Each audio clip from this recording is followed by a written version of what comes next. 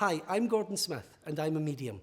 For many years, I've been practicing my gift and teaching people from all around the globe how to connect with the spirit world. Today, I'm going to be talking about spirit guides and how to make a stronger connection with them. I'll also be talking about my online course on mediumship, which is available now and is a fantastic guide to developing mediumship. What is a spirit guide? And does everybody have a guide? A spirit guide for a medium is your eyes and ears on the other side. Your guide is something that is available to you in what is normally a very unseen world. For me, I learned about my guide when I first went into my development practice, but it actually turned out that my guide had been with me all my life. It wasn't until I was able to make communications with the spirit guide that I learned this. He showed to me that even through my childhood, he was present, but he would appear in another guise. As a little boy, I would often see this little girl around me that no one else could see. So many children out there talk about imaginary friends, and I wonder how many of them are actually imaginary friends, or may even be spirit guides. For me, this is how it developed. As I got older, the guide's form changed to something that I could accept more in my life.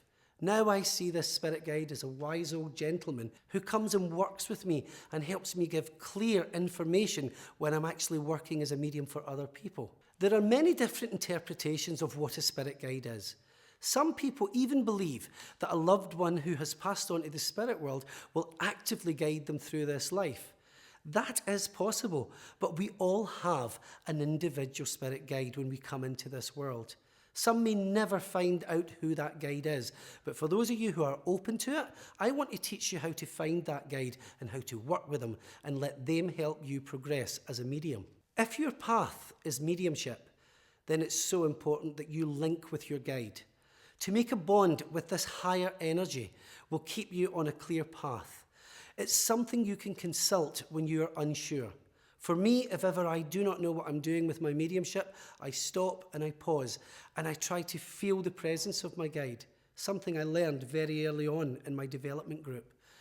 The guide is someone who will walk with you through this life, who will make you feel that you are always connected to a higher source. The guide is a voice in the unseen world that you can connect with, that you can get answers from, and that you can also feel comfortable with. It's the spirit guide who really is your spirit teacher. So, when you open up to them, be prepared to be taught many, many lessons. Your guide is connected to the high realms of intelligence and spirit beyond anything you can imagine in this world. It's very common in spiritual development groups that people start to imagine archetypes as their spirit guides. The more common images are North American Indians, very wise old Oriental men, maybe holy people from the past. People like to assume that their guide is of a very high standing in this world. Well, actually, your guide can appear as anything that you need. But many, many times, you will create an image for your guide. In the early days, this is common, so don't worry. As you progress, the guide will actually strip away these layers of imagination and produce an image for you that you are comfortable with. Your true guide is actually spirit, but they will take on the form that you need. However that comes to you, learn to work with it only as an image, because the real essence of a guide is spirit, is the presence. The image is merely a picture for you to consult with. Fantasy helps us to lift our mind towards the spirit world in a better way. This is why we look for these strong archetypes and very spiritual images. But the more you develop with your guides, the more you will realize that image is not important.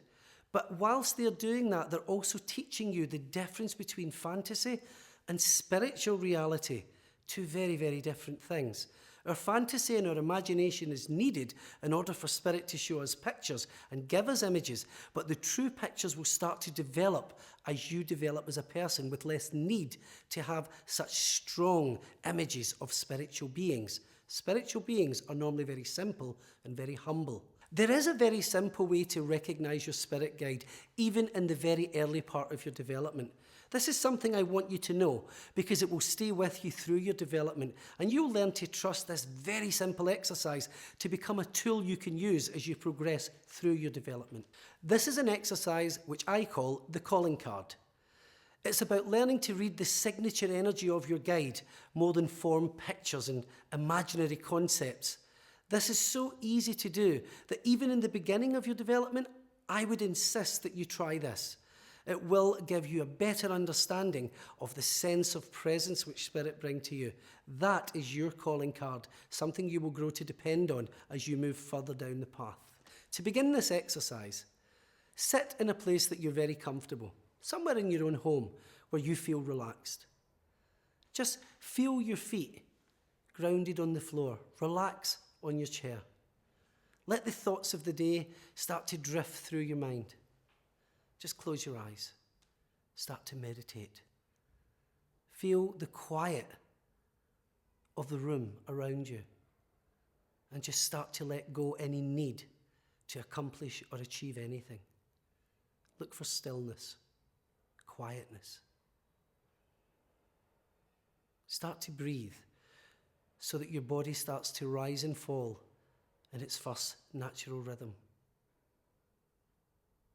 Do nothing other than focus on your breathing at this point. As the mind starts to become quieter and the body starts to relax, use your inner voice to send out a thought into the atmosphere around you. It's in that atmosphere where the finer energies of Spirit will be able to contact you. Just be still. Once you've sent out that thought, wait till you feel any sense of presence around you. Any sensation that tells you there's something happening out with the body.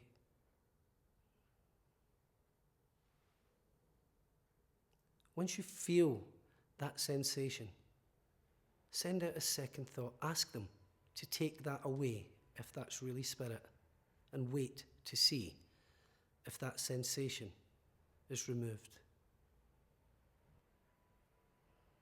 Ask again for them to bring back that signature energy, that presence. This is your calling card, as the Spirit world will answer your question when you insist that they come and stand in your presence. Don't try to work out anything other than just feeling the sensation. There's nothing else to do but use your sixth sense to read the atmosphere around you. Try this simple process a third time. If you experience the same sensation after each time you've sent out the question, then you know that there's some intelligent force that's responding to your questions. 3 times is enough. Just thank the Spirit world and allow them to step out of your atmosphere. Just start to breathe. Bring your mind back to the room. The more you breathe, the more your awareness will come back to the self sitting in the room. Take a deeper breath and open your eyes when you feel ready. Take a moment to gather your thoughts, your feelings. It's good to start to write down any sensation you had during that practice. Don't waste too much time writing about your thoughts at this time. In this early practice, it's all about feeling. Write down what you felt, what you sensed. Even if it was just a slight change of temperature around the body, or if there was any sense of some kind of sensation of pressure at a part of the body, just write that down. What you will find, the more you practice this exercise, these sensations start to build up. And when they repeat themselves time and time again, you start to realize you are building a trust with an invisible force that is your spirit guide. And keep it that simple to begin with. Don't look for pictures. Don't look for information or messages.